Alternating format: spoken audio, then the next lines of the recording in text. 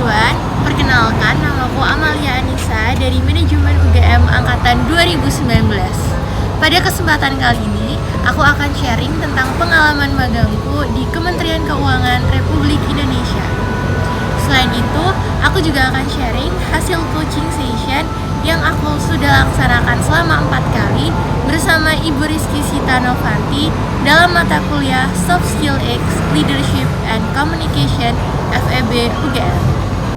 Jadi, aku ditempatkan di subbagian tata usaha Biro Komunikasi dan Layanan Informasi Sekretariat Jenderal. Program ini dilaksanakan sejak tanggal 2 Agustus 2021 hingga 31 Oktober 2021. Lalu, apa saja sih kegiatan yang sudah pernah aku lakukan selama magang? Pada pertemuan pertama, aku diajak mengetahui lebih dalam mengenai seluk-beluk, struktur organisasi, wewenang, bahkan tanggung jawab pada setiap subbagian di Biro KLI. Yang kedua, aku juga diajak untuk turut andil sebagai panitia dalam melakukan brainstorming pada KLI Gathering. Ketiga, untuk mengetahui tata kelola administrasi yang sudah terdigitalisasi, aku juga diberikan sesi coaching bersama Bu Sita. Selain beberapa kegiatan tadi, aku juga mengerjakan beberapa tugas selama magang. Yang pertama, aku membantu membuat rangkuman jabatan fungsional Pranata Humas. Yang kedua, aku juga diajarkan mengenai konsep reorganisasi di Biro KLI. Dan yang ketiga, aku juga belajar dan terjun langsung untuk menghitung formasi jabatan.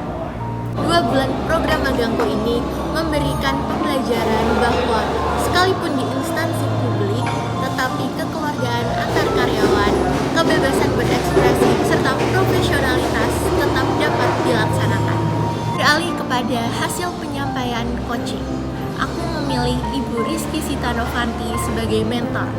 Ibu Sita adalah Kepala Subbagian Tata Usaha Biro Komunikasi dan Layanan Informasi Sekretariat Jenderal Kementerian Keuangan Republik Indonesia.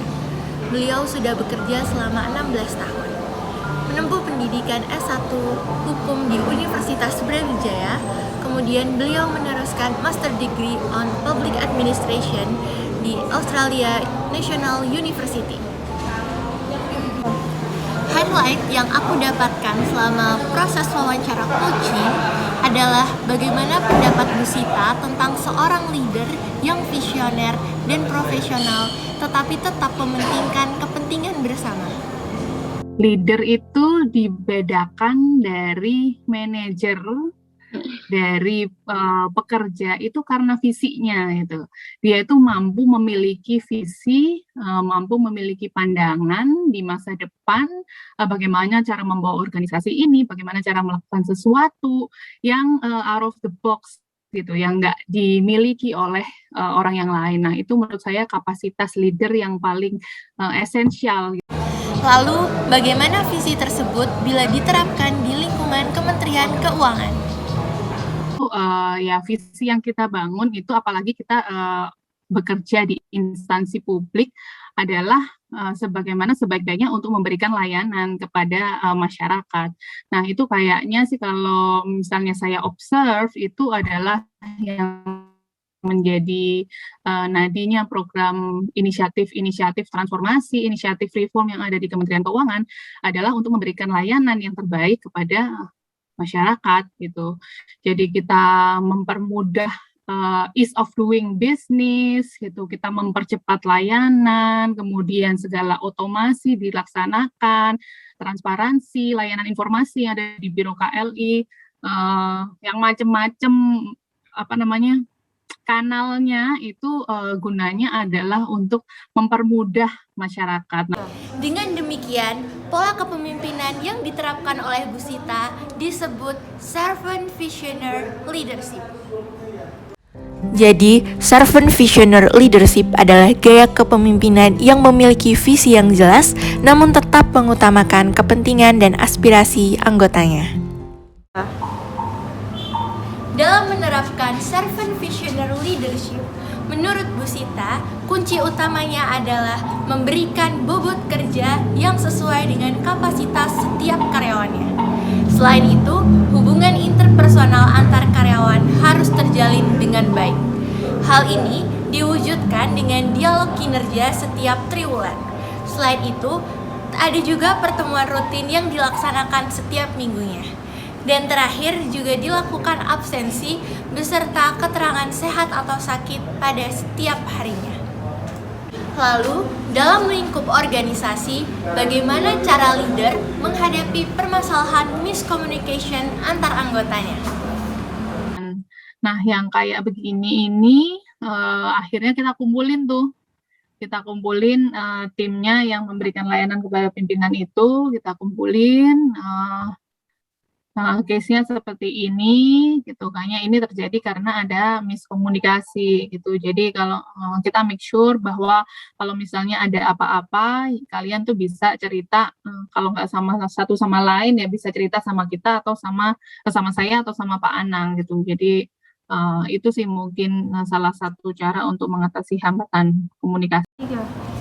Bu Sita juga menekankan, bisakah seorang wanita menjadi pemimpin yang menerapkan servant visionary leadership secara bijaksana dan profesional? Jawabannya tentu bisa. Contohnya adalah Ibu Sri Mulyani, Menteri Keuangan Republik Indonesia. Beliau memiliki segudang prestasi, namun merupakan sosok servant leader yang terus memprioritaskan kepentingan masyarakat terlebih dahulu. Dalam sesi terakhir, Bu Sita juga memberikan pesan dan bekal kepadaku supaya bisa digunakan saat menjadi leader di masa depan. Menurut aku Lia itu nantinya misalnya punya challenge dalam hidup, punya penugasan dalam hidup, kayaknya yang paling penting itu open-minded aja gitu ya. Open-minded terhadap segala situasi. Kalau kamu dipercaya oleh orang lain, oleh manajer untuk diberikan penugasan yang mungkin di luar dari pengetahuan kamu saat ini, nah itu di-treat aja sebagai kesempatan untuk kamu grow gitu, untuk kamu berkembang gitu. Jadi di open-minded dan diterima, jangan denial, karena dari situlah biasanya kesempatan-kesempatan yang lebih besar itu bisa hadir ke kamu. Itu sih mungkin Lia. Dengan demikian, servant visionary leadership merubah mindset generasi muda bahwa pemimpin tidak harus selamanya dilayani terlebih dahulu, tetapi pemimpinlah yang melayani anggotanya terlebih dahulu. Kemudian keberhasilan dan jabatan itu akan datang dengan sendirinya. Tidak terasa ya, sudah cukup lama aku sharing tentang pengalamanku. Semoga apa yang aku berikan ini dapat bermanfaat bagi teman-teman semua.